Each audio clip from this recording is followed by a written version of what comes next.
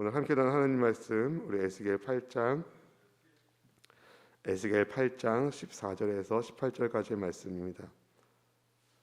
에스겔 8장 14절에서 우리 18절까지의 말씀을 우리 교독하도록 하겠습니다. 그가 또 나를 데리고 야훼의 전으로 들어가는 북문에 이르기에 보니 거기에 여인들이 앉아 단무스를 위하여 애곡하더라. 그가 또 내게 이르시되 인자야 네가 그것을 보았느냐 너는 또 이보다 더 큰 가증한 일을 보리라 하시더라. 그가 또 나를 데리고 야훼의 성전 안뜰에 들어가시니라.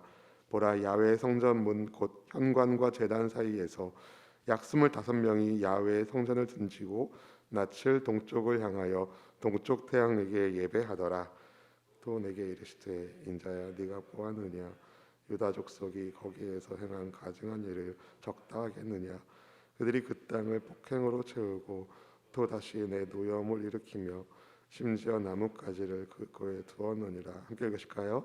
그러므로 나도 분노로 갚아 불쌍히 여기지 아니하며 공의를 베풀지도 아니하리니 그들이 큰 소리로 내 귀에 부르짖을지라도 내가 듣지 아니하리라.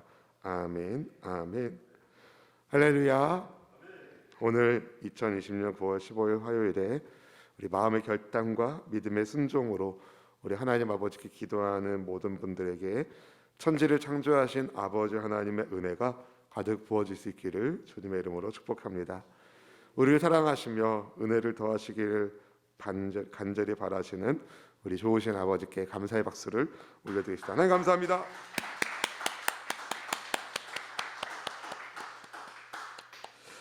우리 하나님은 정말 좋으신 분이십니다. 좋으신 아버지이시지만 그러나 그분은 경배받으셔야 하는, 경외해야 할 거룩하신 창조주이십니다. 그런데 에스겔 시대의 이스라엘은 하나님을 쉽게 생각한 것을 넘어서 하나님을 우습게 보았습니다. 그들이 우상을 하나님을 대신하여 숭배하는데 그 하나님을 버리고 우상을 숭배하는 우상 숭배의 그 뿌리 깊음이 어디서 다 드러나냐면 하나님이 구별하여 세운 성전에서 드러나게 됩니다. 그발 강가에서 선지자로 부름을 받고 대략 1년쯤 시간이 지난 다음에 에스겔이 환상 중에 예루살렘으로 하나님의 영의 인도하심을 받아 영적 타락을 예루살렘에서 일어나고 있는 것을 보게 됩니다. 성전 안뜰에 들어가는 북향한 문에서 우상을 보았던 에스겔, 하나님의 우상을 만들지 말라고 분명히 말씀하셨는데 하나님 외에 다른 신을 숭배하지 말 것을 신신당부하셨는데 이스라엘이 하나님 성전 앞에서, 하나님 성전 안에서 노골적으로 우상 숭배를 하는 것을 보게 됩니다.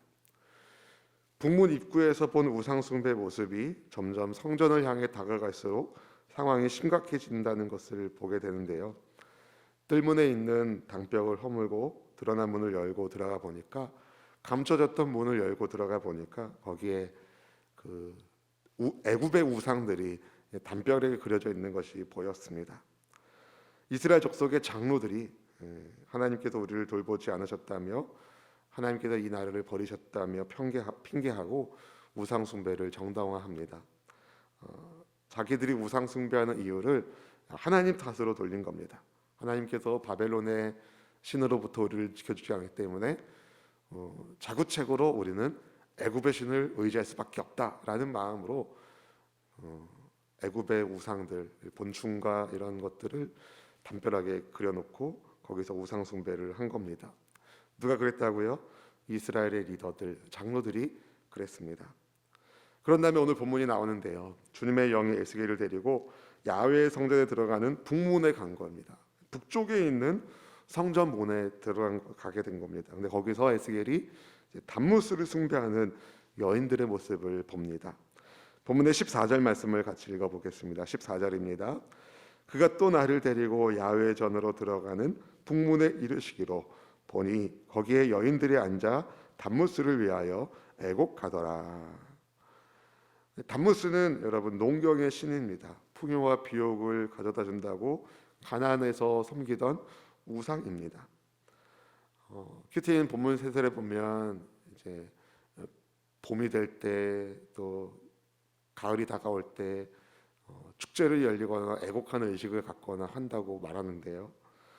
본문이 그대로 얘기하고 있습니다. 단무스를 하여 애곡하는 그런 일을 행하고 있었습니다. 어디서요? 야훼의 전으로 들어가는 북문에서. 하나님을 얼마나 우습게 여겼으면 단무스 우상 숭배를 하나님 전에 들어가는 문에서 하고 있었을까요? 그런 거죠. 우리 교회 이제 정문에 들어올 때 거기 그 앞에서 이제 우상 숭배하는 사람들이 아이고 아이고 하고 있는 거예요. 그걸 여러분 아무도 터치하지 않는 거죠. 왜요? 다 같은 편이에요. 우상 숭배자들. 근데 주님은 그것보다 더 심각한 가증한 일을 볼 거라고 에스겔이 말씀하시는데요. 에스겔이 주의 영의 이끄심을 받아서 하나님의 성전 안뜰로 들어갔을 때 충격적인 장면을 봅니다. 16절 말씀 같이 읽어보실까요? 그가 또 나를 데리고 야훼의 성전 안뜰에 들어가시니라. 보라, 야훼의 성전문 곧 현관과 제단 사이에서 약 25명이 야훼의 성전을 등지고 낯을 동쪽으로 향하여 동쪽 태양에게 예배하더라. 그 애굽의 신 라라는 우상이 있습니다. 라 신이라고 있어요. 태양 신이죠. 우상을 숭배하는 태양 신. 25명쯤 되는 사람들이 태양 우상을 숭배하고 있었습니다. 어디서요? 성전 안뜰에서, 현관과 제단 사이에서. 근데 여러분, 이 현관과 제단 사이에서 움직일 수 있는 사람은 제사장밖에 없어요. 그러니까 오늘날로 얘기하면 목사님들이 이제 태양신 숭배하려고 절하고 있는 거죠. 마치 신사 참배하는 것 같은 일이 일어난 겁니다. 누가요? 제사장들이, 목회자들이.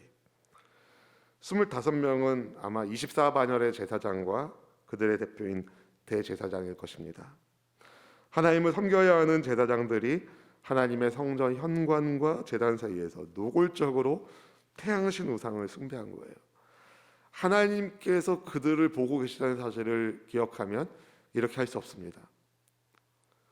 그런데 하나님께서 우리를 보시지만 우리는 상관없어 라고 생각하면 이렇게 할 수 있어요. 제사장들이 그런 거죠. 우리가 하나님을 경배하는 제사장으로 부름받았지만 더 이상 우리는 하나님을 예배하지 않겠다. 왜냐하면 하나님은 우리를 버리셨고 하나님이 우리를 바벨론의 손에 넘기셨기 때문이다. 우리가 바벨론을 이기려면 사상적 독립이 필요한데 그러려면 애굽의 신을 의지해야 된다. 그래서 우리가 동쪽 태양에게 절하는 것은 마땅하다. 이런 헛소리들을 하고 있는, 헛된 마음들을 보이고 있는 장면이 바로 본문의 16절 말씀인 것입니다. 이렇게 우상을 숭배하고 있는 예루살렘의 현실을 보여주신 하나님께서 에스겔에게 심판 의지를 피력하시는데요. 본문의 18절 말씀을 같이 읽어보실까요? 그러므로 나도 분노로 갚아 불쌍히 여기지 아니하며 긍휼을 베풀지도 아니하리니 그들이 큰 소리로 내 귀에 부르짖을지라도 내가 듣지 아니하리라. 아멘.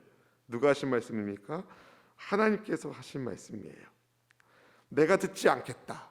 왜 듣지 않으신지에 대하여 우리는 압니다. 우상 숭배했기 때문에, 하나님을 거역했기 때문에 하나님의 은혜를 입지 못한다는 것을 발견하게 됩니다. 근데 여러분, 이것은요, 뒤집어 말한다면 여러분 어떻겠습니까?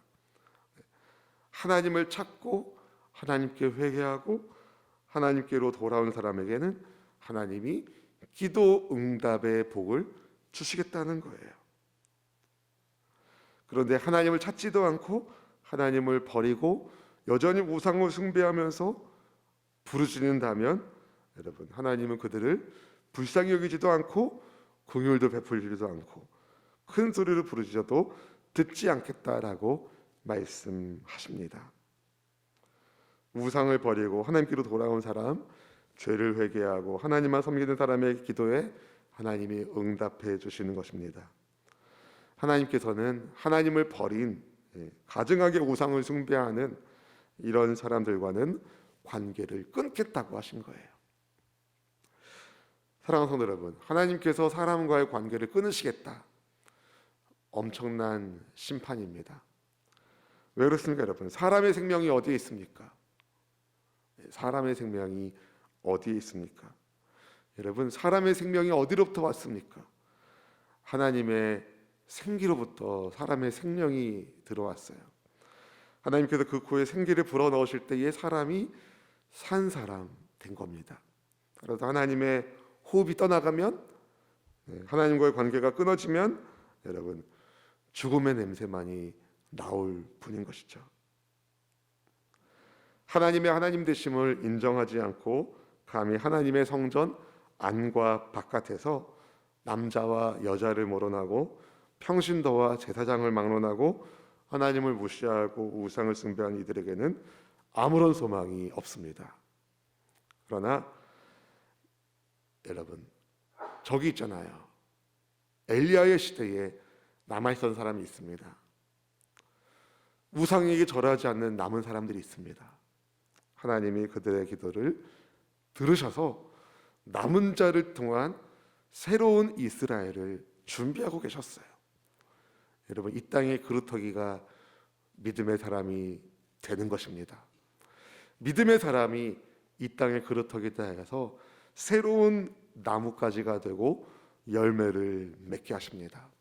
바라기는 이 시대에 하나님을 하나님으로 섬길 수 있는 우리 모두가 되기를 바랍니다. 하나님의 성전에서 파렴치하게 우상을 숭배하는 이들의 모습이 여러분 에스겔이 본 가증한 예루살렘의 모습만은 아닙니다. 어쩌면 이 모습이 우리 마음의 모습일 수도 있습니다.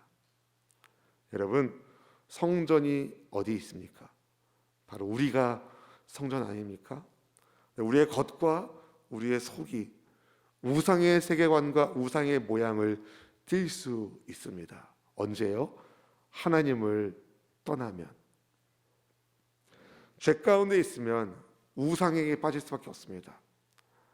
죄는 하나님과 우리 사이를 막기 때문에 그렇죠. 그러나 여러분, 성전된 우리의 삶이 거룩할 수 있기를 원합니다. 어떻게 해야 거룩할까요, 여러분? 하나님의 영이 함께 하실 때, 성령님이 함께 하실 때 우리는 거룩한 인생을 살 수가 있습니다. 하나님이 함께하는 사람이 성전된 삶이 되는 거예요. 그런 거죠, 여러분.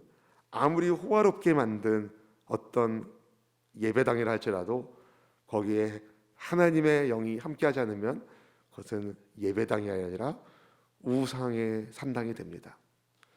그러나 초라한 초가집이라 할지라도 거기에 하나님이 함께하시면 그것은 곧 성전이 되는 것입니다. 우리의 겉모습이 우리의 성전됨을 보장하지 않습니다. 우리의 속, 우리의 내면 안에 주의 영이 함께하시고 성령으로 충만할 때 우리가 성전된 삶을 살아가게 되는 줄로 믿습니다.